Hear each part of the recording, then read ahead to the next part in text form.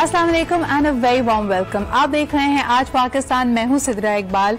कल मैंने आपके साथ अपने इंस्टाग्राम पे एक पोस्ट शेयर की जिस पे मुझे बहुत ज्यादा आपका रिस्पांस और रिएक्शन आया।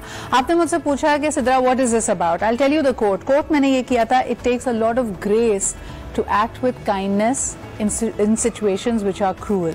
यानी जिंदगी में आपके सामने कई ऐसी सिचुएशंस होंगी जो आपको क्रूअल लगेंगी, अनफेयर लगेंगी, ऐसा लगेगा कि आपके साथ नाइंसाफी हो रही है and without any fault of yours आपको कॉर्नर किया जाएगा।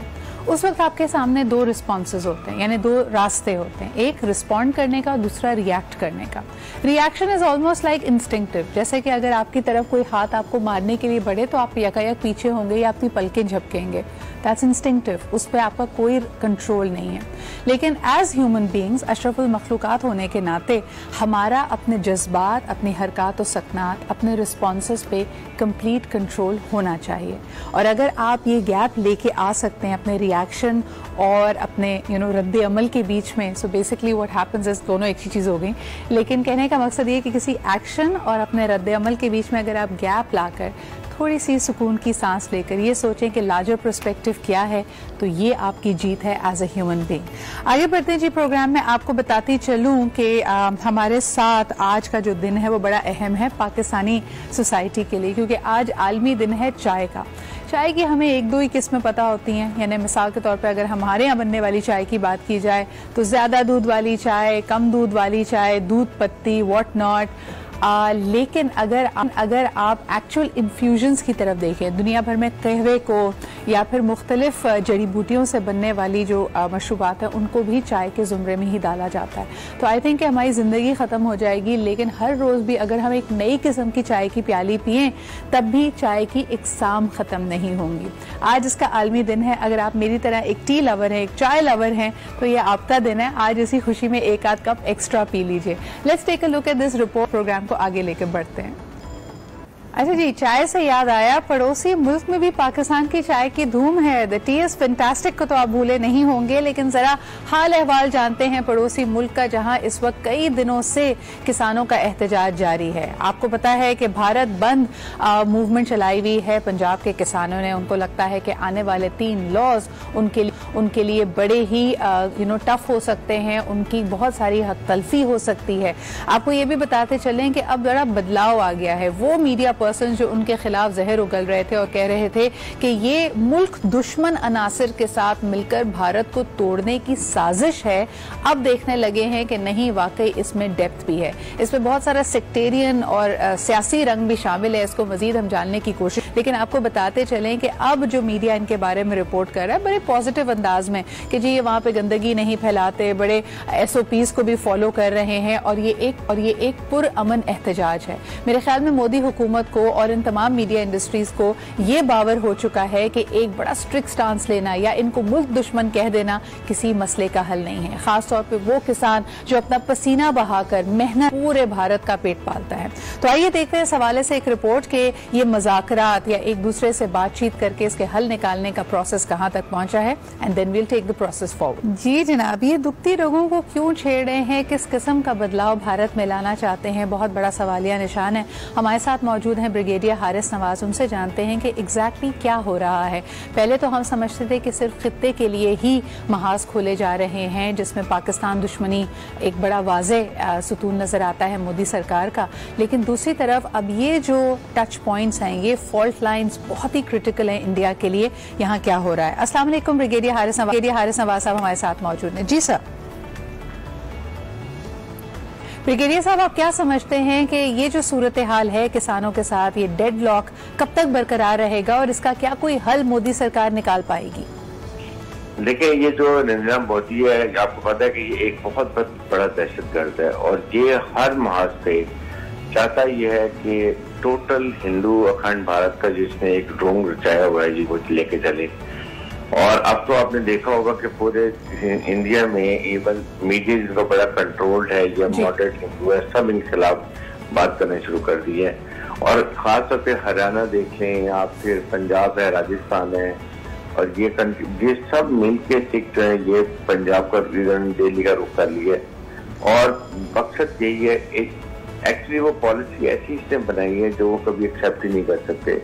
ये पुराने जो है, ये पूरा पंजाब जो है, ये इनको पूरे इंडिया को फूड ग्रेन सप्लाई करता है। ब्रिगेडियर साहब, एक बड़ी तशवीशनाक सूरत हाल ये है कि कोई भी कम्युनिटी, कोई भी सेगमेंट ऑफ सोसाइटी अगर मोदी सरकार की आने वाली किसी भी पॉलिसी पे अपना इजहार तशवीश करता है या उस पर कोई रद्द-ए-अमल लाता है तो उसको फौरी तौर पे भारत का दुश्मन या मुल्क दुश्मन करार दे दिया जाता है। ये कितनी डेंजरस ट्रेंड है आपके ख्याल में?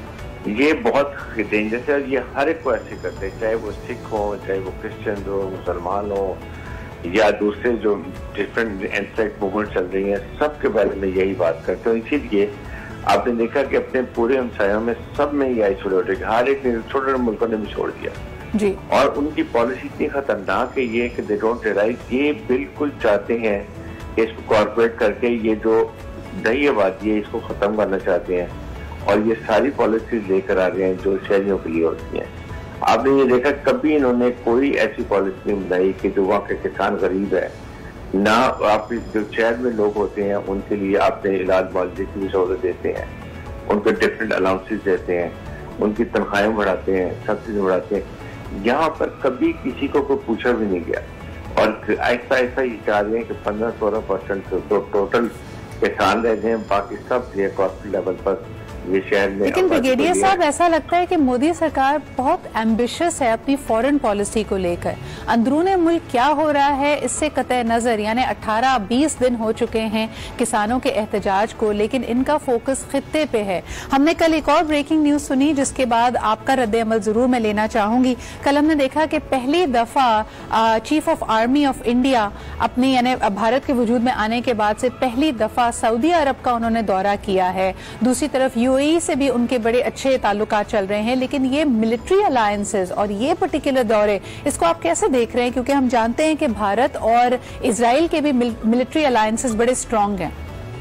देखिए, ये इसको आप ओवरऑल अगर एक ग्रैंड स्ट्रेटजी में देखें तो इस वक्त इंडिया जो है ये फ्रंट लाइन पे लाए हुए, क्योंकि आपने देखा इजराइल इंडिया मिल के अब इस वक्त मिडिल ईस्ट में जो फर्स्ट स्टेप काफी लेके जा रहे हैं। एक और वजह भी है, देखें जो यूएई है वो $70 बिलियन का बिजनेस इन्वेस्टमेंट उनकी है इंडिया के अंदर।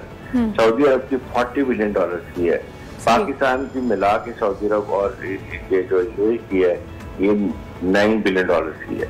तो वो जाहिर है कि जब तजारती इंटरेस्ट आ जाते हैं, इकोनॉमिक इंटरेस्ट आ जाते हैं, तो फिर ये जो आपने देखा कि हम बात करते हैं, इस्लाम की बात करते हैं, ऐसा ऐसा खत्म होती जा रही है और बड़ी तेजी से इसलिए जा रहे हैं कि जाहिर है कि एक और वजह भी है कि देखिए सऊदी अरब को प्रॉब्लम ये यूएई की कि 10 से 15 साल में ऑयल जो है वो तकरीबन ये ड्राइव हो रहा है इन मुल्कों के अंदर से।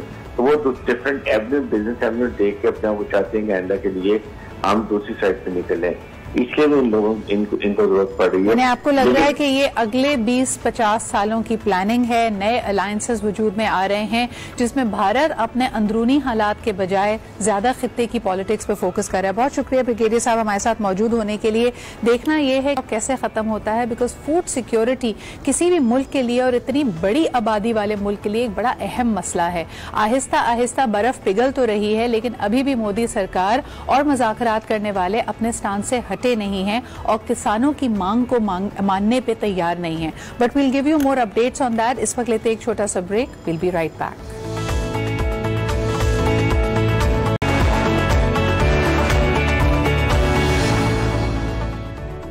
And welcome back. जी जनाब, अब वक्त हुआ है हमारे बहुत ही पॉपुलर सेगमेंट का जिसका नाम है मिलो पाकिस्तान से। आपकी मुलाकात कराते हैं ऐसे टैलेंटेड यंगस्टर्स से जो यकीनन अपनी धुन में मगन हैं और अपने पैशन को ही परसू कर रहे हैं। आज हमारे साथ मौजूद होंगी क्रिंजा मोमिन और माशाल्लाह she is making history, she is moving forward bye leaps and bounds. सबसे पहले इनके बारे में आपको दिखाते हैं एक रिपोर्ट और फिर इनसे मुलाकात भी करते हैं। Let's take a look. जनाब, मेरे साथ मौजूद हैं the wonderful, the amazing, the charismatic Krinja. I say all of this because मुझे बड़ा इंस्पायरिंग लगता है when young girls are pursuing what they would like. मैं आपको बताती चलूं कि इन्होंने 2 नेशनल हैकाथॉन्स और एक इंटरनेशनल हैकाथॉन अपने नाम किया है। ये वो वाली हैकिंग नहीं है जो आप समझ रहे हैं। This is about cracking a brilliant idea और फिर उसको टेक्नोलॉजी बेस करना, उसके लिए सोल्यूशन देना and a solution that the जजेस think is perhaps the best. तो आइए मुलाकात करते हैं क्रिंजा से। अस्सलाम वालेकुम। वालेकुम अस्सलाम। क्या हाल चाल है आपके? बिल्कुल ठीक, आप सुनाएं। So, मुझे बहुत खुशी है कि you're here. Tell me a little bit about how you got interested in developing. वैसे तो कहा जा रहा है कि अब स्कूल्स के करिकुलम को रिवाइज होने की जरूरत है. Coding and developing should become a core part of our curriculum. Do you believe the same? True, I think just like when I started with I was literally clueless about coding and everything, right? And you know, especially when women just step in such a career where you know a man-dominated career field है, so of course women find very intimidated. तो I think इसका एक जो वो question होता है वो ये है कि हमारी नॉलेजेस और जो इंडस्ट्री में काम चल रहा है ना, there is a very huge gap between that. लेकिन कृंजा, मुझे ये बताओ कि तुम बिल्कुल सही कह रही हो, जब शुरुआत में थोड़ा मुश्किल होता है.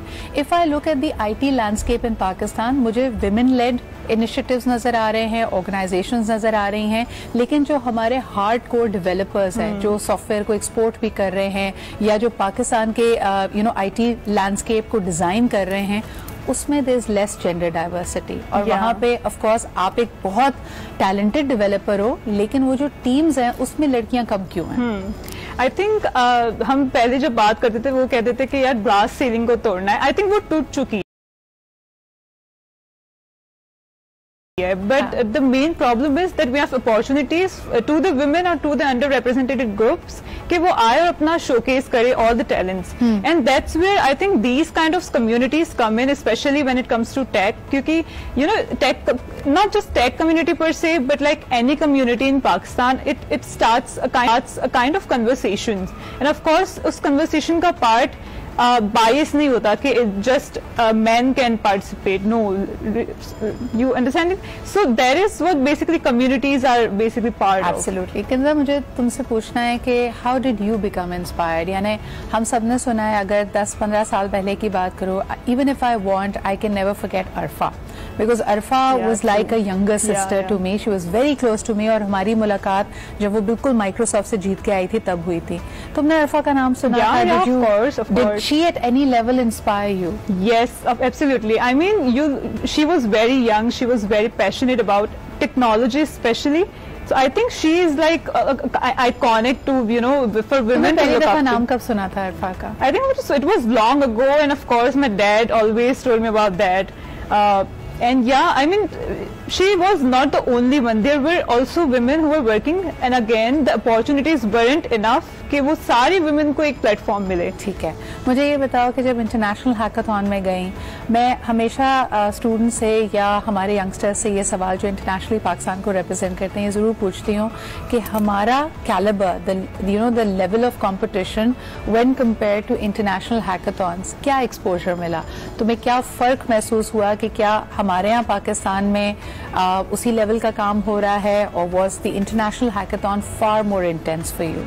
I think if we are going out in hackathons and we are winning it, that clearly shows it's a witness that we are capable of working in such a community. Community होती है, आपके पास global opportunities आती है, and when you go out there and when you are participating in that, you are winning it. That means that you have the same kind of caliber, and so you have the same kind of skill set.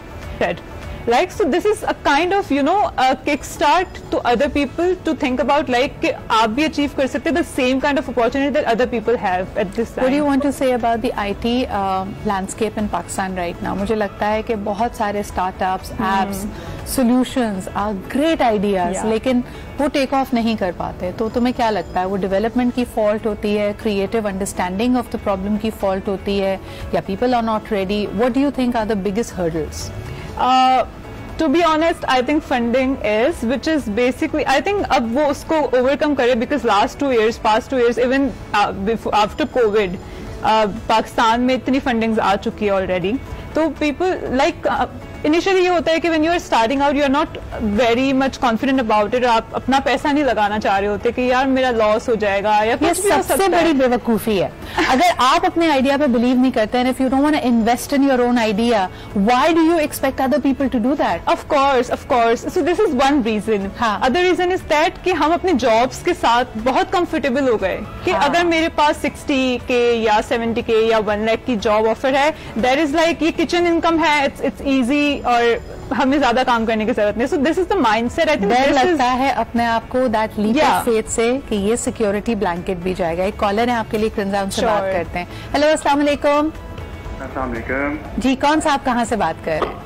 Ahmad Lahore से बात कर रहा हूँ। कैसी हैं आप? मैं बिल्कुल ठीक हूँ और अपने डब्बे में मैं बीच में नहीं हूँ, तो मैं एडजस्ट कर रही थी अपने आप को।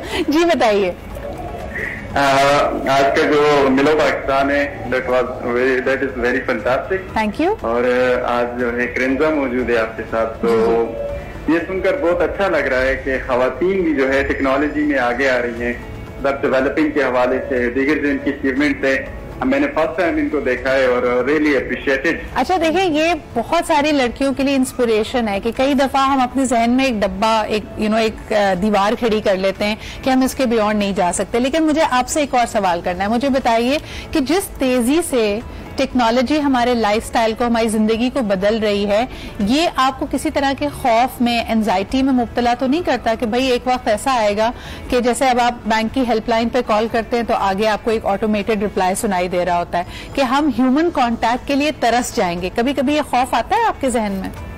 हाँ, ऐसा तो होता है। हाँ। लेकिन टेक्नोलॉजी की मदद से जिंदगियां आसान होती जा रही है, ये इसका प्लस पॉइंट है। सही, बिल्कुल। Thank you so much for that call.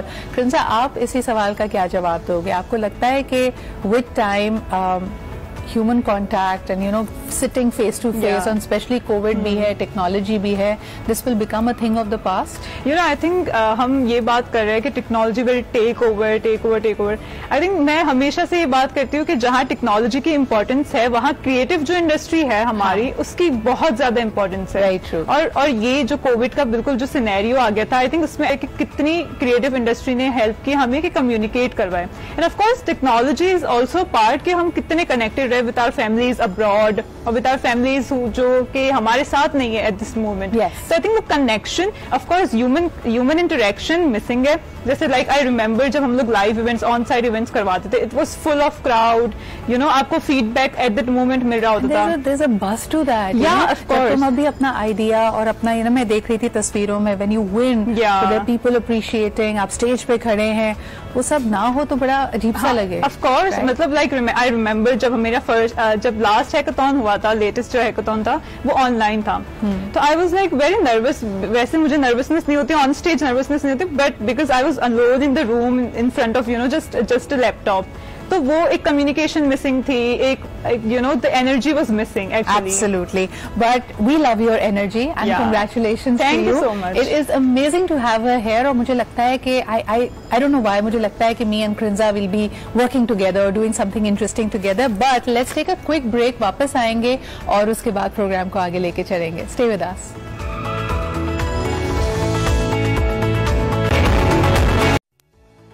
Back, आप देख रहे हैं आज पाकिस्तान। बहुत सारी बातें आपसे करनी है, लेकिन सर्दियों के मौसम में जो सौगात आती है, मिसाल के तौर पे किन्नू हैं, अनार हैं, हमें सिर्फ लगता है कि इनका फ्रूट इंपॉर्टेंट है। क्या आपको पता है कि बहुत सारे न्यूट्रिएंट और ग़िज़ाइयत और आपके लिए अफादियत इनके छिलकों में भी है? और जिन लोगों को किचन कैबिनेट और किचन ब्यूटी का शौक है, वो आपको बता सकते हैं कि इनसे स्क्रब बनाया जा सकता है, लेकिन कई चीज़ें हमारे हाजमे के लिए और मुख्तलिफ और फ़ायदों के लिए भी अहम है। आज इसी बारे में बात करेंगे। हमारे साथ मौजूद हैं आवर वेरी फेवरेट आगा अब्बास साहब। ऑफ कोर्स तिब्बे नबवी की नज़र से हमें इसके ऊपर गाइड करेंगे, तो आइए उनसे मुलाकात करते हैं। अस्सलाम वालेकुम आगा साहब। वालेकुम सलाम, जीती रहिए। आप कैसी हैं? Thank you so much for taking time for us. अब मुझे बताइए कि मौसम के इतने सारे फ्रूट प्लस ड्राई फ्रूट, क्या इनके छिलकों में, जैसे हमने कहा कि बहुत सारे न्यूट्रिएंट्स हैं। मैं अक्सर अपने भांजे को डांट रही होती हूँ, वो मुझसे कहता है सेब दें लेकिन काका विदाउट एनी छिलका, पूरा छील कर दें। तो मुझे बताएं कि ये जो मौसमी फल हैं, खुसूसन सर्दियों के मौसम के, इनके छिलकों में क्या फ़ायदे हैं? बिस्मिल्लाहिर्रहमानिर्रहीम। देखिए, सेब से आपने बात शुरू की, तो मैं भी सेब पे पहले बात कर लेता हूँ, फिर उसके बाद अनार का एक नुस्खा बताएंगे, अनार के छिलकों का, फिर उसके बाद कीनू के छिलके और केले के छिलकों पे बात करेंगे। बेशबहा खजाने छुपे में इसमें। देखिए, मैं अर्ज करना चाहता हूँ कि सेब के गूदे से ज़्यादा सेब के छिलकों में 75% फाइबर होता है, और वो फाइबर जो है हमें कैंसर से महफूज रखता है, हमें डायबिटीज से महफूज रखता है। डायबिटीज अगर किसी को है उसकी डायबिटीज को कंट्रोल करेगा, कोलेस्ट्रॉल से दूर रखता है, हार्ट की बीमारी से, फालिज के मर्ज से दूर रखता है। सेब के फाइबर में इतना ज्यादा फायदा है और सेब से ज्यादा उसके गूदे से ज्यादा 9% ज्यादा उसमें जो है ग़िज़ाइयत होती है सेब के छिलके के अंदर। सेब के छिलकों को हटाकर कभी सेब नहीं खाना चाहिए क्योंकि सारे फायदे उसके छिलकों में मौजूद हैं। अच्छा, मुझे तो जायके में भी अच्छा लगता है, थोड़ा सा क्रंच आ जाता है ना छिलके की वजह से, दैट्स वेरी नाइस। लेकिन फ्रूट चाट में भी हमने अक्सर देखा है, बाकी जगह भी देखा है, लोग छिलका उतार देते हैं। लेकिन आगा साहब मुझे बताएं, मेरा टर्की जाने का इत्तेफाक हुआ, हम जैसे आज इंटरनेशनल डे ऑफ टी भी मना रहे हैं, चाय का, कहवे का आज आलमी दिन है, तो मैंने देखा कि इसको हम चाय तो नहीं कहेंगे, इसको इन्फ्यूजन्स कहा जाता है, लेकिन बहुत सारे जो सिट्रसी फ्रूट्स हैं, सेब है, अनार है, बेरीज हैं, लोग इसका कहवा भी बनाते हैं। उसकी क्या अफादियत है? बहुत सारी अफादियत है। देखिए, मैं यहाँ पर लेमन के जो छिलके होते हैं उनकी अफादियत पे बात करूंगा। आप 2 से 3 घंटे लीमू को आप फ्रीजर में रख लें और फ्रीजर से जब निकालें उसको कद्दूकश करके उसके छिलके अलग से बाहर आ जाएंगे। सही। जब आप चाय बनाएं उसमें पत्ती वत्ती डाल के उबाल लें, उसमें फिर उसके छिलके डाल दें, जिसको अंग्रेजी में हम लेमन रिंड भी कहते हैं। जी हाँ जी। ये चाय जब आपकी तैयार होगी, इसको दम दें, कोई 10 से 12 मिनट दम दें। ये जब चाय तैयार होगी आपको तकरीबन 1 नहीं 2 नहीं तकरीबन 20 बीमारियों से महफूज रखेगी। इतने ज्यादा इसके फायदे हैं। आपका हाजमा दुरुस्त करेगी, आपको कोलेस्ट्रॉल से बचाएगी, आपको फालिज से बचाएगी, आपके स्किन को अच्छा करेगी, आपको शुगर कंट्रोल करेगी। बहुत सारे अमराज इससे, दिल की बीमारी, खास तौर से दिल की बीमारी, दिल के मरीज अगर हैं वो लेमन के छिलकों की चाय लाजमी पिएं। अच्छा आगा साहब, जिस तरह आपने लेमन का बताया, दूसरे जो सिट्रसी फ्रूट्स हैं, किन्नू है, मौसमी है, इनके छिलके मैंने जगह जगह लोगों को घर में रखते हुए देखा खुशबू के लिए। यानी कहा जाता है जैसे अगर आपके फ्रिज में से स्मेल आ रही है तो आप ये रख दीजिए। इसके ये भी कोई फायदे हैं इसके? जी हाँ, इसकी स्मेल से भी शिफा हासिल की जा सकती है और खास तौर से घरों में लोग रखते हैं। जिन लोगों को पता है कि इसकी स्मेल से, सेब के छिलकों की स्मेल से भी बहुत सारी मख्फी बीमारियां यानी कि अंदर छुपी हुई बीमारियां वो दूर हो जाती हैं। बल्कि कहा जाता है डिप्रेशन का भी हल है। डिप्रेशन का हल है सेब का छिलका की खुशबू, और इसी तरह लेमन के, इसी तरह कीनू के छिलकों से। अच्छा, साइनसाइटिस एक ऐसी बीमारी है जिसको मैं अनार के छिलकों से दूर होने का नुस्खा बता सकता हूँ। जबरदस्त। अपने सुनने वालों की खिदमत में मैं अर्ज करूंगा, अनार के छिलकों को 2 से 3 दिन तक सिर्फ आप धूप में सुखा लें। जब धूप में सुखा लें उसके बाद आप एक स्टील के भगोने में 2 कप पानी में उसको जोश दें, 3-4 छिलकों को जोश दें। जब जोश देने के बाद जब पानी ठंडा हो गया और उस छिलकों को निकालें, उन छिलकों को सिर्फ आप सूंघें, 5 मिनट आप सूंघें, आपकी साइनसाइटिस की बीमारी जो है उसमें अफाका हो जाएगा। आपकी बंद नाक खुल जाएगी, सांस की बीमारी जितनी हो रही है उसमें तकलीफ में, सर के दर्द में कमी आ जाएगी। साइनसाइटिस की वजह से अक्सर लोगों को बुखार की कैफियत बन जाती है, वो भी दूर हो जाती है सिर्फ अनार के छिलकों को सूंघने से। अच्छा, अनार के छिलकों को सुखा के अगर आप पाउडर बना लें, अगर किसी को बदहजमी हो गई और लूज मोशंस आ रहे हैं, वो 1 टीस्पून सुबह 1 टीस्पून शाम खाएं। पहले टीस्पून से 1 घंटे से पहले लूज मोशंस रुक जाते हैं। अनार के छिलकों के पाउडर के इतने फायदे हैं। कीनू के छिलकों का पाउडर के बताता हूं कि 2 से 3 दिन आप धूप में सुखाएं, उसके बाद उसको ग्राइंडर में पीस के उसका पाउडर बना लें। जब उसका पाउडर बना लिया आपने, 1 टेबल स्पून उसका पाउडर और उसमें आप दही, 1 टेबल स्पून दही मिलाएं। दही मिलाने के बाद उसको मैश करें और स्किन पे लगा लें। ये आपने लोकल स्क्रब बना दिया इसको, जबरदस्त। इतना जबरदस्त आपका फेस गोरा हो जाएगा और झुर्रियां झाइयां सब इससे दूर हो जाएंगी, आपका ग्लो आ जाएगा। अच्छा जी, एक कॉलर हमारे साथ है, उनसे बात करते हैं। हेलो, अस्सलाम वालेकुम। हेलो, कॉल ट्रांसफर कर दें। हेलो, अस्सलाम वालेकुम। हेलो, अस्सलाम वालेकुम। वालेकुम अस्सलाम। कौन साहब, कहाँ से बात कर रहे हैं? जी, मैं इकबाल बात कर रहा हूँ, कराची से। क्या हाल है आपके? मैं बिल्कुल ठीक ठाक। इकबाल, क्या कहेंगे? आज बड़े जबरदस्त नुस्खे बताए आगा साहब ने। जी जी जी जी सिद्रा, मैं असल में बस थोड़ा सा जानना चाह रहा था कि जो छिलकों के बारे में बात हो रही है उसमें जो लीमू का छिलका जो होता है, लेमन जो होता है, वो उसका छिलका जो है वो हमारी स्किन के लिए मैंने काफी सुना है कि वो काफी फायदेमंद होता है, तो कुछ उसके बारे में बताया जा सकता है? इसके अलावा वो जो हम खीरा इस्तेमाल करते हैं, खीरे की भी अफादियत मैं थोड़ी सी जानना चाहूंगा, उसकी जो है वो कि हमारी skin. Thank you for bringing that. अच्छा, लेमन पे हमने काफी बात कर ली है, लेकिन मैं खीरे के छिलके का, बिकॉज वक्त मेरे पास कम है, वो पूछ लेती हूँ। आगा साहब, खीरे का छिलका, लोग कहते हैं कि छिलका हटा दो तब तो खीरा सिर्फ पानी पानी है, इसके छिलके में क्या अफादियत है? देखिए, इसके छिलके में भी बहुत सारे विटामिन होता है। खीरे के छिलके से अगर हम बहुत सारा फ़ायदा उठाना चाहते हैं तो उसका तरीक़ा यह है कि खाने में आप जब सलाद बनाएं तो सलाद के अंदर उसके छिलके के साथ आप उसको काट के रखें। बहुत से लोग क्या करते हैं, इसका छिलका निकाल कर और इसमें थोड़ा सा लेमन छिड़क कर और स्किन पे लगाते हैं। उससे क्या होता है, आपने देखा होगा बहुत सारे लोगों के स्किन के ऊपर धब्बे आ जाते हैं, वाइट वो धब्बे दूर हो जाते हैं, जिसे बर्स के निशान कहते हैं। बर्स के निशान भी खीरे के छिलकों से दूर हो सकते हैं, लेकिन इसमें लेमन के 2-3 कतरे डालने चाहिए और लाहौरी नमक भी थोड़ा सा मिक्स करके अगर आप ये वाले से ना थोड़ा सा आप ये करने से पहले कंसल्टेशन जरूर ले लीजिए, क्योंकि अगर बुर्स है या कोई और आपकी स्किन पे मसला है तो स्किन सेंसिटिव भी होती है और ये काफ़ी एसिडिक चीज़ें, लेमन और नमक और फिर इनका मिलना, ये खाने में तो मसला नहीं है, लेकिन लगाने से पहले ज़रा डॉक्टर से पूछ लीजिएगा। बट बहरहाल जी, एक नुस्खा है जो आपको रेकमेंड कर रहे हैं आगा साहब। एक छोटा सा ब्रेक लेते हैं, वापस आएंगे। बड़ा ज़बरदस्त टॉपिक है, 10 से 11 के लिए कहीं मत जाएगा। आगा साहब बहुत बहुत शुक्रिया। Let's take a quick break and we'll be right back.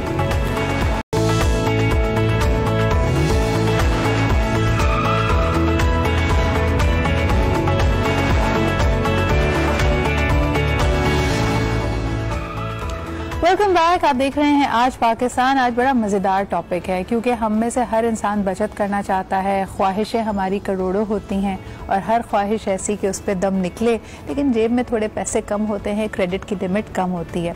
तो अगर आपने देखा हो, साल से हमारा एक अपना ही अंदाज है पैसे जमा करने का और हमारे एसेट्स बनाने का, जिसको हम कहते हैं मोहल्ला कमेटी।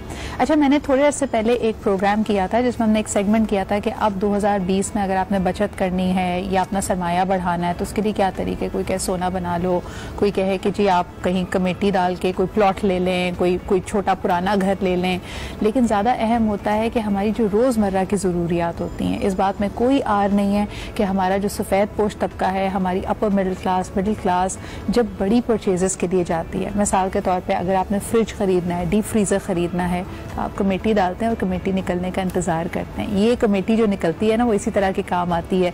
या तो आप कोई घर की मुरम्मत करवा लेते हैं, अगर कोई जहेज बनाना है किसी बच्ची का, उसमें इस्तेमाल हो जाता है। तो ये कितना कारामद तरीका है। लोग जो इसके नेगेट में बोलते हैं वही कहते हैं कि भाई जितने पैसे उतने ही होते हैं, इसमें मुनाफा कोई नहीं है। ये it's just a very efficient saving mechanism. आपका क्या तजुर्बा है कमेटी को लेकर? और फिर सबसे बढ़कर ये कि आज हर इश्तिहार को देखे तो आपको बता रहा होता है कि अगर आपने ये प्रोडक्ट खरीदा तो आपकी जबरदस्त बचत होगी। तो मैं आज तमाम जो हाउस वाइफ्स हैं, बल्कि घर के अफराद जितने भी हैं, चाहे मेल हो फीमेल हो, उनसे पूछूंगी कि क्या वाकई मुख्तलिफ नौइयत के जो प्रोडक्ट्स हैं जो बचत के आपको एक तरह से वादा करते हैं, ये वादा पूरा भी होता है या ये सिर्फ बातें हैं, इश्तिहार है, चीज बेचने का बहाना है? इस पर जरा बात करेंगे। हमारे साथ आज जबरदस्त पैनल मौजूद है। कराची स्टूडियोज में मुझे ज्वाइन करी है हमारी बहुत अच्छी दोस्त जो अब ज्यादा वक्त अपना तुर्की में गुजारती हैं, तो बड़ी खुशी होती है जब ये आती है। हमारे साथ मौजूद है Uzma Al Karim. Thank you Uzma for making time.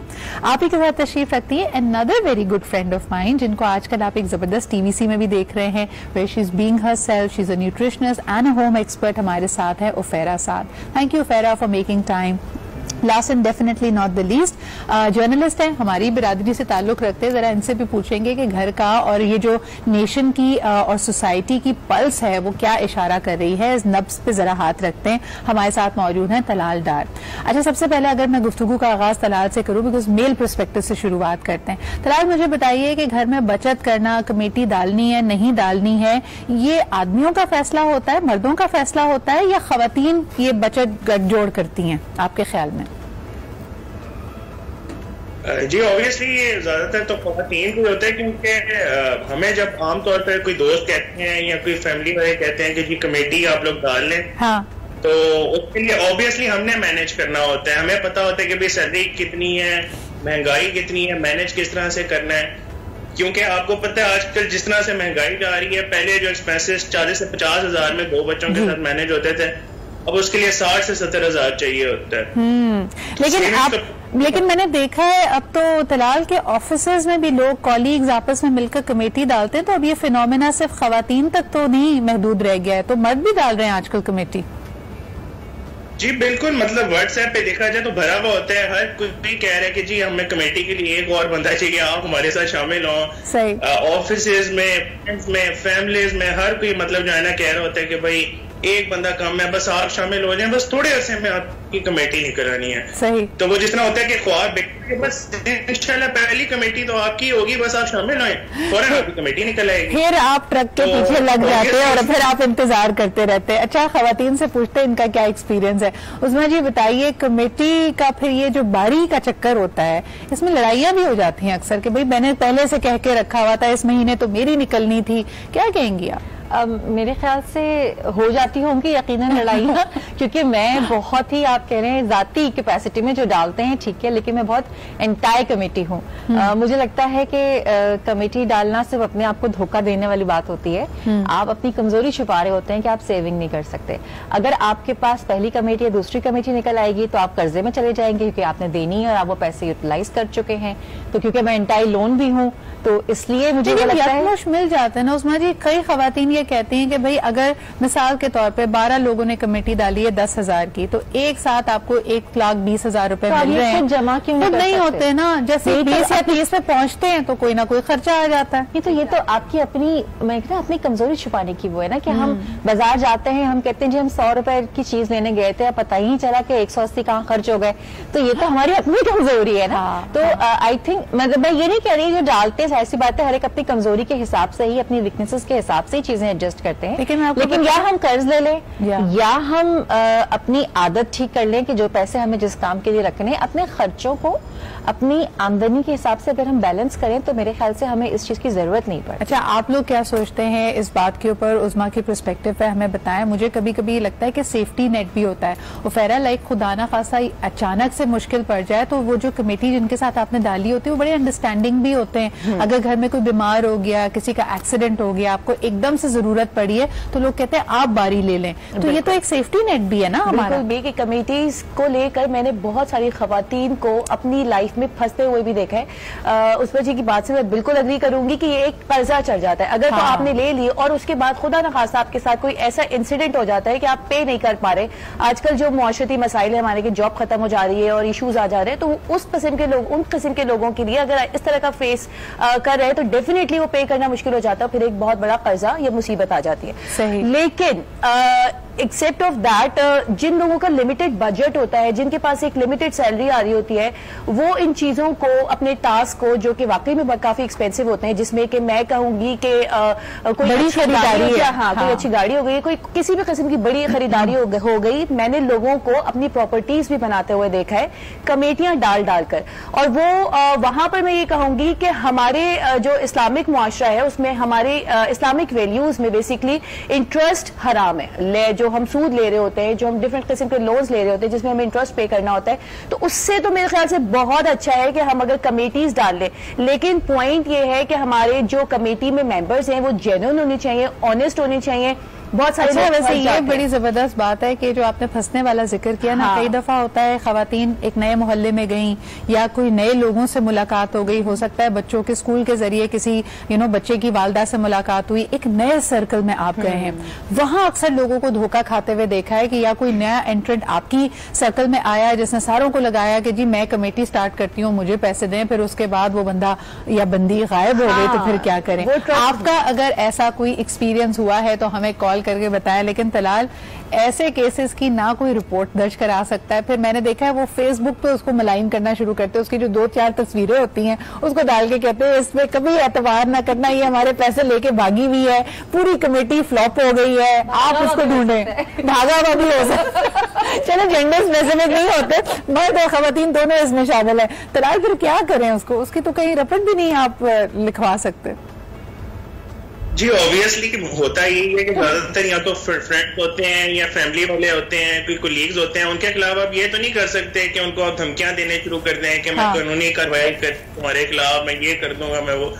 Obviously फिर आपको सब्र का जो है ना फिर आप सब्र करें, अल्लाह का नाम लें और अगली कमेटी डालते हुए मोहतात रहें। एक कॉलर हमारे साथ है, उनसे बात करते हैं। हेलो, अस्सलाम वालेकुम। वालेकुम अस्सलाम जी, कौन साहबा कहाँ से बात कर रही हैं?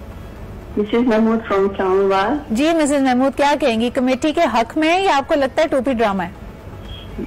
कमेटी इतनी जरूरी चीज है, इतनी जरूरी। मैंने अभी टीवी लगाया है और मुझे पता चला है टॉपिक। मैंने तो सारे बड़े काम, हाँ, तकरीबन बच्चों की फीसें, बच्चों के जितने भी काम है, मतलब शादियां, सब कमेटी से किए हैं। और ये इतनी अच्छी चीज है कि खवातीन से नहीं जुड़े रहने चाहिए इस लफ्ज को, कमेटी मर्दों को भी डालनी चाहिए। मुझे बताएं मिसेस महमूद, कितने तक की कमेटी आपने डाली है, यानी एक यकमुश्त जितनी अमाउंट आपको मिलती है, और कितने लोग एक साथ मिलकर आपके सर्कल में कमेटी डालते हैं? हमने 15 माह की कमेटियां डाली हैं। सही। और तकरीबन उसमें हमने 50,000 से लेकर और 2 लाख तक, 2.5 लाख तक कमेटी डाली है। सब बच्चों की तरीका है। बिल्कुल सही Mrs Mahmood, thank you very much for calling. आपने बड़ी जबरदस्त बात की। घरेलू खवातीन का ये एक बेहतरीन तरीका होता है उनके लिए। वैसे तो उस्मा जी ने सही कहा कि अपने आप को धोखा देने वाली बात है, लेकिन सच बात है जब पैसों को ना अक्सर पर लग जाते हैं। आपने अगर जमा किया है 30,000 40,000 हुए, कोई ना कोई खर्चा आ गया, कोई दावत आ गई, कोई चीज है, इसमें क्योंकि पैसे आपके पास नहीं है, जरा दूर हैं आपसे, तो वो जमा हो जाते हैं। लेकिन ये कितना इफेक्टिव है, इस पर बात करेंगे। और दूसरा ये कि जो इश्तिहार में आपको बचत के मुख्तलिफ और नुस्खे बताए जा रहे हैं वो कितने कारआमद हैं। एक छोटे से ब्रेक के बाद बात करते हैं इस पर।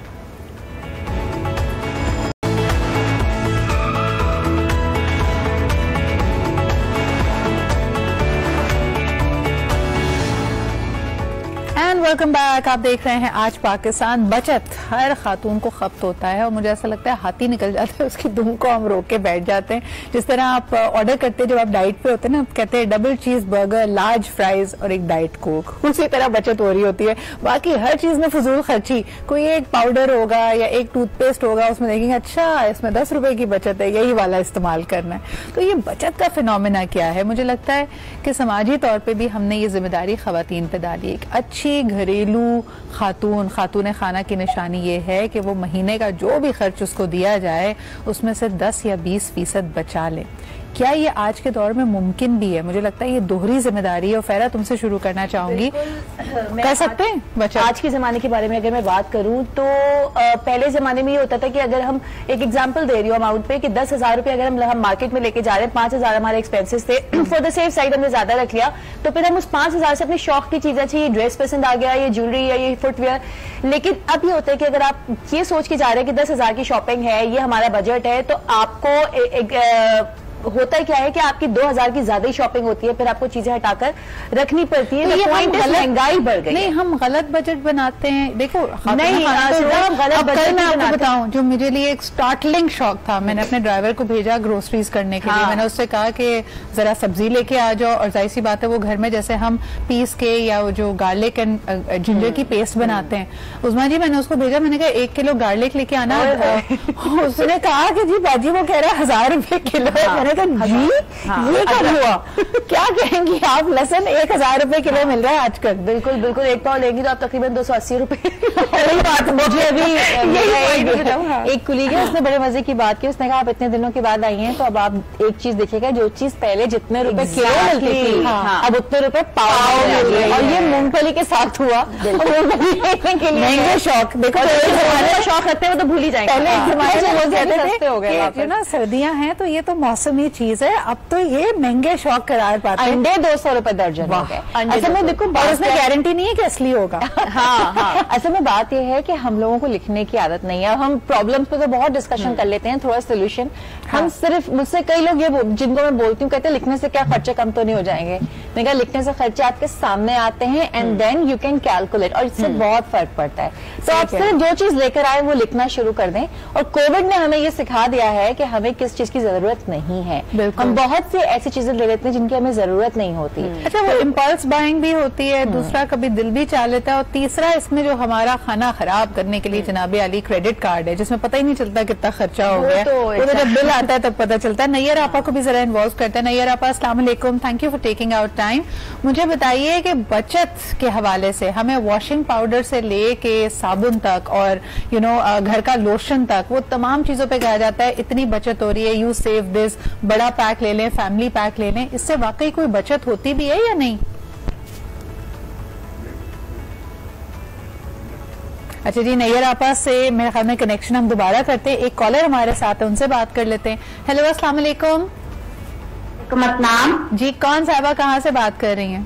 जी, मैं रावलपिंडी से कौकब बात कर रही हूँ। जी, कौकब जी, की टॉपिक पे बात कर रही हैं आप। यकीन करके मेरे दिल की बात कर रही हैं आप। मैं सबको कायल करती हूँ कि कमेटी जो है सब खवातीन डालें। हाँ। आपकी अपनी जरूरियात जो है बेहतरीन तरीके से पूरी होती हैं। जबरदस्त। अगर आप किसी से लोन लेते हैं ना, तो आप साथ भूत सवार होता है कि मैंने उनको वापस करना है। सही। ये लोन ही होता है और आप थोड़ा थोड़ा करके आराम से देती है। तो ये मैंने भी घर की इतनी चीजें बनाई हैं, जितना बड़ा काम आप करना चाहते हैं खुश उसलूबी से करते हैं। तो आप किसी से मांगना नहीं पड़ता कि मैंने फलां के पैसे मुझे चाहिए या क्या है। आप बच्चों की आपने कहाँ खर्च करने होते हैं? अपने घर पे, अपने बच्चों पे, अपनी जात पे। अच्छा, लेकिन कौकब जी मुझे बताएं कि जैसे कोई वक्त आने वाला होता है ना, मिसाल के तौर पे रमजान से पहले, ईद से पहले हमारे खर्चे बढ़ जाते हैं, क्या इस बात पे कभी लड़ाई होती है कि जो कमेटी डालने वाले सबको ईद से पहले चाहिए होती है, तो फिर बारी कैसे लगाते हैं? बड़ी अच्छी बात की। मैं खुद कमेटी मेंबर थी कभी, और कई साल मैंने कमेटी जमा की, और मेरे पास एक वक्त में 60 मेंबर थे और 15 कमेटियां निकलती थी एक वक्त में। मैंने उनको डिवाइड किया हुआ था, यानी एक महीने में मैं 4 कमेटियां निकालती। सही। और वो 1.5 लाख रुपया सबको मिल जाता, और सारी मेरी सहेलियां और इर्द गिर्द की। और ये भी मैं बताती चलूं कि कभी किसी किराएदार को कमेटी मेंबर नहीं बनाए, और कोई ऐसा बंदा जो जिसको आप नहीं बहुत अच्छे तरीके से जानते, उनको कभी कमेटी मेंबर नहीं। अच्छा, अगर खुदा ना खासा किसी के यहाँ सर्कमस्टांसेस बदल जाएं, जैसे अभी यहाँ पे बात हो रही थी कि भाई जॉब चली गई, कोई जख्मी हो गया, कोई और मसला हो गया, माली मुश्किल, तो फिर कमेटी वाले अंडरस्टैंड करते हैं, कोई ब्रेक दे देते हैं कि चलो यार इस महीने तुम ना डालो, या वो प्रेशर बन जाता है कि भाई देने तो हैं आपने?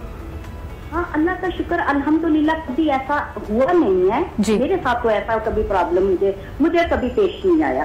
और मेरे कमेटी मेंबर सारे इतने खुश थे, और अभी मुझे फोर्स करते हैं कि डालो, लेकिन मैं खुद घर में इतनी बिजी होती हूँ। ये एक ज़हनी काम है, और मैंने अपने आप को बहुत बिजी रखा, और मेरी जितनी फ्रेंड्स हैं उन सब वो बहुत मुतमिन थी।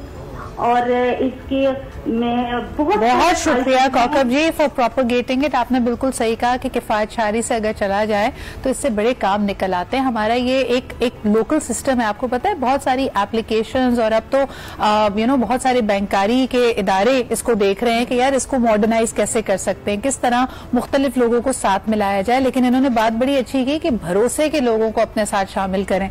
एक सवाल मैं तलाल आपसे करना चाहूंगी कि आप किसी भी बुजुर्ग कपल से अगर बात करें ना, तो वो हमेशा आपको ये कहेगा कि आदमी कहेगा मेरा काम कमाना था, मुझे नहीं पता कि कितने पैसे बचते थे। इस वक्त हमारे घर में आप जितनी अशिया देख रहे हैं, हमारा सासा देख रहे हैं, अगर हम अपने मकान में रह रहे हैं, ये सब मेरी बीवी ने अपनी समझदारी से, किफायत शारी से बचत करके बनाया है।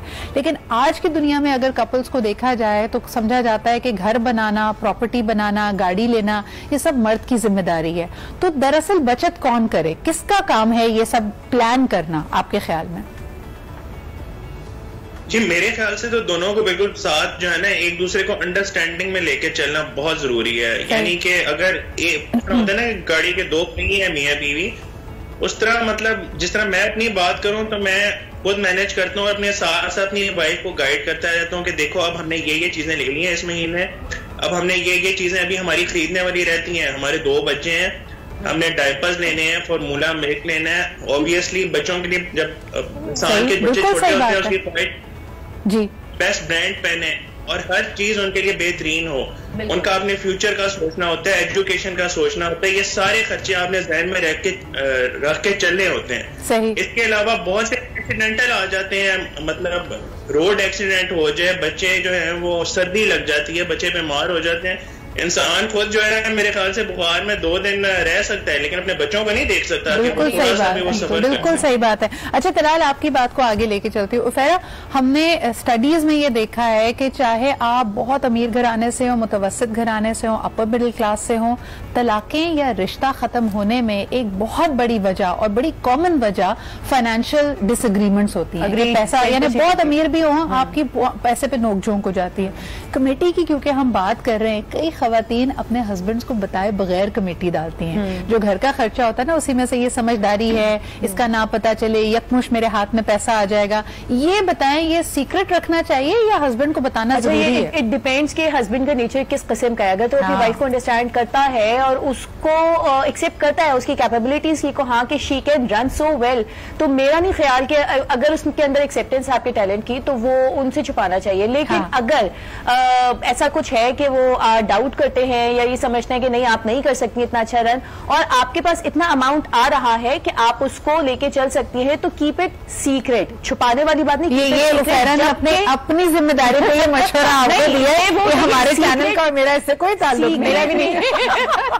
सीक्रेसी में और एक चीज को छुपाने में डिफरेंस है। सीक्रेट ये कि मौका आने पे आप उनको बता देंगे, लेकिन वो तो आपकी सोलमेट है, उनसे कुछ छुप नहीं सकता। इनफैक्ट अगर आपके पास वही कमा के ला रहा है, उसके पैसे के साथ आप क्या जरूरी बताना जरूरी है। वाली चीज जब आप एकदम से बताएं कि मेरे पास 5 लाख रुपए है और आप ही की सेविंग से मैंने बचाए हुए, तो that would be a big surprise. अच्छा, लेकिन एक बात बताओ, ये सरप्राइज और ये शाबाशी लेने के चक्कर में कई लोग अपना मामला खराब भी कर लेते हैं। हाँ, लेकिन इस पे हम जरा बात करते, पहले कॉलर से बात कर लें। हेलो, अस्सलाम वालेकुम। वालेकुम अस्सलाम मैम, इम्तियाज कर रहा हूँ। इम्तियाज साहब, आपसे सवाल करते हैं, बताएं, खवातीन जो कमेटी डालती हैं तो वो शौहरों को बताए बगैर भी कभी कभार डाल देती हैं। आपके ख्याल में बता के कमेटी डालनी चाहिए या छुप छुपा के भी डाल सकते हैं? सिद्रा मैम, सबसे पहले तो ये जो टॉपिक जो भी लाया है ना, जिसके दिमाग में है उसको मैं सलूट पेश करता हूँ। थैंक यू जी, थैंक यू। ये मेरे दिमाग की खुराफात है। और बात यह है कि ये तो बड़ी अच्छी बात होगी कि अगर आपका हस्बैंड, आपका भाई, आपका कुलीग, आपके वालिद, कोई भी घर का फर्द, उसको आप सरप्राइज देंगे तो वल्ला वो तो इतना खुश हो जाएगा। लेकिन मेरी बहन, मेरी बीवी या जो भी है वो ऐसा अच्छा काम कर रही है, उसका दिल बाग बाग हो जाएगा और उसकी आंखों में चमक रोशनी आ जाएगी। और बात यह वाकई वो कमेटियां डालते रहना चाहिए। हाँ, फराडियों से जरा बचा के रहना चाहिए। अच्छा, अगर फ्रॉड हो जाए, ये चलें इसमें और तड़का लगा देते हैं सवाल में इम्तियाज साहब, छुप छुपा के सरप्राइज देने की नियत से बीवी ने, बेचारी ने कमेटी डाली, आगे हैंड हो गया, फ्रॉड हो गया, जो 4-5 कमेटी के पैसे थे वो भी डूब गए, फिर वो अपना दुख किसको बताए?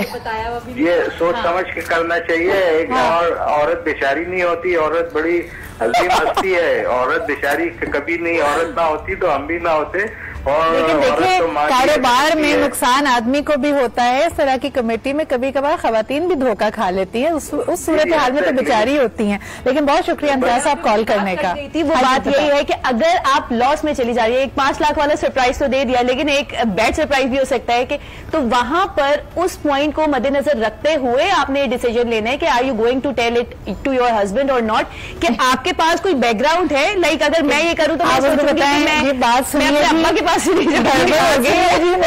गए हैं डूब, अब जो करना है वो बता दें। अगर वंश छुपा दिया तो फिर वो बाद में भी छुपा दिया। मेरे ख्याल से मैं एक चीज ऐड करूं तो मैं एक छोटा सा ब्रेक लेते हैं, वापस आगे इसको कंटिन्यू करेंगे। पैसे गए हैं डूब, करना क्या है सजना, आप ये बताइए, इस पर बात करेंगे ब्रेक के बाद। वेलकम बैक जी। बड़ा जबरदस्त पॉइंट पे हम पहुंचे हैं कि आप सरप्राइज देने की नीयत से कमेटी डालें, आगे हो जाए फ्रॉड, पैसे जाएं डूब, और जो अगर आपने घर वालों को ना बताया हो तो बताए कैसे। मसला ये भी है कि खवातीन को वैसे ही समझा जाता है कि जी बिजनेस माइंडेड नहीं होती, बचत और सेविंग नहीं कर सकती। ये चीज अगर ऐसा आपका कोई एक्सपीरियंस हो जाए, वो जिंदगी भर का ताना बन जाता है। And a lot of women don't know what to do. तो अब सवाल ये है कि अगर आप ये कह भी रही हैं कि कहीं बचत हो रही है, मैंने लोगों को इस एक्सट्रीम पे जाते हुए देखा है कि अपना कोई छोटा मोटा जेवर बेच के उन्होंने कहा ये जी ये वो पैसे, ये एडमिट नहीं करना कि आपके साथ फ्रॉड हुआ है। उस्मा जी क्या कहेंगी, क्या करना चाहिए ऐसे मौके? आई थिंक मियाँ या बीवी की जब हम बात कर रहे होते हैं तो ये एक यूनिट है, इसमें कोई मेल या फीमेल या मियाँ या बीवी नहीं है, इट्स अ यूनिट। तो जो भी डिसीजन आप बेहतरी के लिए कर रहे हैं तो डिस्कस होके होना चाहिए, तो उसमें कभी आगे अगर कोई लॉस भी हो जाता है और अगर फायदा भी है तो सरप्राइज क्यों देना है, अच्छा है साथ में करें और टू अवॉइड द लॉस। तो एक तो ये, फिर आपके जब बच्चे बड़े होते हैं तो आप उनको भी उसमें शामिल करें, ठीक है, ताकि उनकी भी अपब्रिंगिंग उस तरह से हो कि कहाँ हमें सेविंग करनी है कहाँ, तो ये यूनिट के तौर पे काम करना जरूरी है। एक मसला ये भी, आप बिल्कुल सही कह रही हैं कि आपस में एतमाद का रिश्ता होना चाहिए, लेकिन कई घरों में देखा गया खवातीन कहती हैं कि घर के अखराजात के लिए पैसे दिए जाते हैं लेकिन पर्सनल स्पेंडिंग के लिए आपकी जेब खर्च नहीं दी जाती। तो वो औरतें कमेटी डाल के समझती हैं कि भाई अब मेरी समझदारी इसमें, मेरे पास महीने के अगर खर्च से 3 या 4 हज़ार रुपए बचते हैं, चलो मैं इसकी कमेटी डाल लेती हूँ, यकमुश्त जो मिलेगा उससे मैं अपने लिए कुछ बना लूंगी। ये किस तरह हस्बैंड्स को बताया जाए कि अखराजात, बचत, बाकी सारे एक्सपेंसेस अपनी जगह, लेकिन बीवियों को पर्सनल एक्सपेंडिचर के लिए भी जेब खर्च दिया जाए? ये मेरे ख्याल से वही बात है कि आप यूनिट के तौर पे अगर काम कर रहे हो तो अगर आप 4,000 रुपए बचा पा रही हैं और उसकी कमेटी डाल रही हैं तो 4,000 रुपए अपने ऊपर भी खर्च कर सकती हैं। और हस्बैंड की भी आपको मजबूरी समझनी है कि वो क्यों नहीं दे रहा, उसके पास क्या पता हो ही ना, वो भी आपसे डिस्कस नहीं कर रहा अपने प्रॉब्लम्स, आप भी अपने प्रॉब्लम्स डिस्कस नहीं कर रहे, तो प्रॉब्लम फाइनेंशियल नहीं है, प्रॉब्लम कम्युनिकेशन है। Very well said. एक कॉलर हमारे साथ है, उनसे बात करते हैं। हेलो, अस्सलाम वालेकुम। हेलो, अस्सलाम वालेकुम। अस्सलाम वालेकुम। जी वालेकुम अस्सलाम। कौन सा, आप कहाँ से बात कर रहे हैं? उप्स, थोड़ी सी आवाज डिस्टर्ब आ रही है। कौन साहब? शुएब साहब बात कर रहा हूँ कोयटा से। जी शुएब साहब, क्या कहेंगे? अच्छा, बस मैं ये कहना चाह रहा था, जैसे बहन ने कहा कि कम्युनिकेशन का है, मतलब लेकिन अभी जैसे तलाल भाई कह रहे थे कि मैं सबसे पहले पैम्पर्स का सोचता हूँ, तो बचत के और बहुत सारे तरीके हैं। सही। और उसमें ये है कि मतलब कम्युनिकेशन आपस में हो गई, लेकिन जैसे अभी आप जैसे बॉर्न बेबी होता है उसको आप ट्रेन करते हैं, पॉटी ट्रेनिंग होती है, चीजें होती हैं, उस हिसाब से लेके चलना चाहिए। बिल्कुल सही। शुएब साहब, मुझे बताइएगा कि अक्सर लोग कहते हैं, मुझे ये बताएं कि खवातीन के लिए, यानी एक मेल पर्सपेक्टिव में यहाँ पे लेना चाह रही हूँ, जब मर्द हजरात अपनी बीवी को सोने की कोई चीज बना के देते हैं या जेवर बना के देते हैं, वो तोहफा दे रहे होते हैं या सेविंग पॉइंट ऑफ व्यू से कर रहे होते हैं कि भाई ये एक हमारा एसेट बन रहा है? आपके जहन में क्या आता है? बहुत, मेरे जहन से बहुत है। देखिए, उसको खुश भी कर दिया आपने। हाँ। और एक सेविंग भी हो गई। सेविंग भी हो गई। अच्छा जी, बहुत शुक्रिया। यही बात तलाल आपकी तरफ लेके जाना चाहूंगी। खवातीन समझती हैं कि ये तोहफा नहीं है, ये तो आपने अपना एसेट बनाया है, कल को आप कहेंगे कि बेटी की जब शादी हो रही है तो उसको दे दो, तो ये तोहफा है या एसेट बन रहा है? देखिए जी, बात वही आ जाती है जो अभी उस्मा ने की थी कि बहुत ज्यादा अंडरस्टैंडिंग के साथ चलना पड़ेगा, पिक्चर दोनों तरफ से बहुत क्लियर होनी चाहिए। सही। अब अगर लेट सपोज मैं बाहर जा रहा हूँ सब्जी लेने, फ्रूट लेने, मुझे पता है कि महंगाई होगी है, मुझे घर आके सिर्फ ये नहीं बताना अपनी बेगम को कि महंगाई होगी है, बल्कि सही वर्ड्स में बताना है। सही। ऑब्वियसली मुझे बेगम ने लेके भेजा है कि आपने ये चीजें लेके आनी है, अगर मैं अपने बजट से आउट हो जाता हूँ और मुझे कोई चीज ड्रॉप करनी पड़ती है, हो सकता है मेरे बेगम के जहन में ये है, क्योंकि मेरी बेगम मेरे साथ शॉपिंग करने नहीं गई भी बाहर, उसको मैंने खुद आके कन्वे करना है कि ये चीज महंगी हो गई। अच्छा, लेकिन एक बात है तलाल, ये बात जो उस्मा की बात पे वापस जाऊंगी, कम्युनिकेशन गैप कहाँ पे आता है? हमारे यहाँ एक मर्द की शनाख्त को, उसकी स्टैंडिंग को, उसकी आमदन से इस तरह जोड़ दिया गया है कि मर्दों के लिए बड़ा मुश्किल होता है ये एक्सेप्ट करना कि वो ये जुमला कह के गुस्सा तो कर सकते हैं कि बाहर महंगाई हो गई है, ये बताना उनको मुश्किल लगता है कि भाई मेरी जेब में इतने पैसे नहीं है, ये मेरी दस्तरस से बाहर है, तो चिड़चिड़ापन भी आता है, फिर गुस्सा भी आता है, फिर आपस में कम्युनिकेशन खत्म हो जाती है। क्या कहेंगे आप? खास तौर पर महीने के आखिरी दिनों में आप देखें हर घर में लड़ाई हो रही होती है। जी बिल्कुल, मतलब सिर्फ ये नहीं बताना कि चीज जो है महंगी होगी है, बल्कि राइट वर्ड में बताना है, मतलब राइट टोन में बताना है, बड़े तरीके से बताना पड़ता। बेगम के जहन में ये भी आ सकता है कि भाई ये कोई बहाना है, हो सकता है कि मेरे हस्बैंड ने जो है अपनी किसी और एक्सपेंस के लिए, अपनी किसी जरूरत के लिए, अपने बिल्कुल सही है। एक नहीं, लेकिन एक बड़ी कॉमन बात होती है उफेरा जी, इसका जुमला जब बीवियों को बताया जाए ना, वो कहते तुम किस किस्म के मर्द हो, दुनिया के बाकी मर्द भी तो सारे अखराजात पूरे कर रहे हैं, तो ये बाकायदा एक ताना बन जाता है कि गो अर्न मोर। क्या कहेंगे? नहीं सर, ये वाला ये ताना तो किसी सूरत में नहीं बनता कि गो एंड अर्न मोर, क्योंकि हर इंसान के अंदर एक कैपेसिटी होती है और वो अपनी कैपेसिटी में रह के, मेरे ख्याल से अगर आपके स्पाउस अच्छे हैं तो डेफिनेटली वो अपनी कैपेसिटी में रहकर एज मैक्सिमम एज पॉसिबल आप अपनी फैमिली को प्रोवाइड करें। द पॉइंट इज कि जो एक्सपेंसेस हैं, जो बजट है, उसको आप दोनों ने मिलकर मैनेज करना है। मैं अपना अगर आइडिया बताऊं, जो तरीका बताऊं, तो मेरी एक एक्सेल शीट होती है जो जिसपे हम दोनों ने नजर रखी हुई होती है कि कितने हमारे एक्सपेंसेस हैं, क्या हमारे फ्यूचर टारगेट्स हैं, क्या हमारे करंट बताएं, अभी आप थोड़ी देर पहले सरप्राइज की बात कर रहे हैं। नहीं, वो कमेटी को भी मैं कंटिन्यू करती हूँ, करने दें। सवाल ये है कि बीवी ने डाली 10 महीने की कमेटी, पहले 3-4 महीने हस्बैंड को कोई और एक्स्ट्रा की जरूरत नहीं थी, वो अपनी एक्सेल शीट बनाया हुआ था कि 5वें महीने मैंने बाइक खरीद लेनी है, फिर बाइक का भी खर्चा आया। अब वो कहेगा भाई मुझसे पूछ के कमेटी थोड़ी ना लेगी, मैं वाला प्लानिंग करके देखें। अगर सपोज मैं एक एग्जांपल दूं, 1 लाख रुपए आ रहे हैं, 1 लाख रुपए में हस्बैंड ने कहा ये 5,000 तुम्हारे हैं, सही है, this is your own pocket money, तो आप उस पॉकेट मनी में से डाल सकती हैं। जो 95,000 बचे वो 95,000 आपके हरगिज नहीं है, उसमें आप पार्टिसिपेशन इंडिविजुअली नहीं कर सकती। Very important point. देखिए हमेशा कमेटी उतने अमाउंट की डालें जो आपको पता है जो आपको स्ट्रेच नहीं होगा। उसमें जी anything you want to add to this, ये सरप्राइज एलिमेंट और एक दूसरे पे जो पैसे पे तानाकानी होती है। देखिए मैं फिर वही कहूंगी कि तानाकानी इसीलिए होती है कि आपके दरमियान एक तो म्यूचुअल रिस्पेक्ट और कम्युनिकेशन नहीं होती। सही। अगर हस्बैंड ने बाइक लेने का प्लान किया हुआ है, जो कि अभी तुमने कहा, तो वो कम्युनिकेट कर लेते। हाँ, तो वो दोनों सरप्राइज ना रखे, सरप्राइज ना रखे प्लीज, ये सरप्राइज आपके लिए कहीं शौक ना बन जाए। बहुत बहुत शुक्रिया उफेरा, उज़मा और तलाल, बड़ा मजा आया आज की गुफ्तगू में। बड़ी देसी सी बातें, घरेलू बातें हमने की हैं, लेकिन अहम यह है कि हम सब सेविंग करें और रेनी डे के लिए बचा कर रखें। इसी के साथ हमारा आज का प्रोग्राम खत्म होता है। कल आपसे फिर मुलाकात होगी। अपना बहुत ख्याल रखें और समझदारी रखें और कम्युनिकेशन लाइंस को ओपन रखें। आपसे कल मिलते हैं। खुदा हाफिज।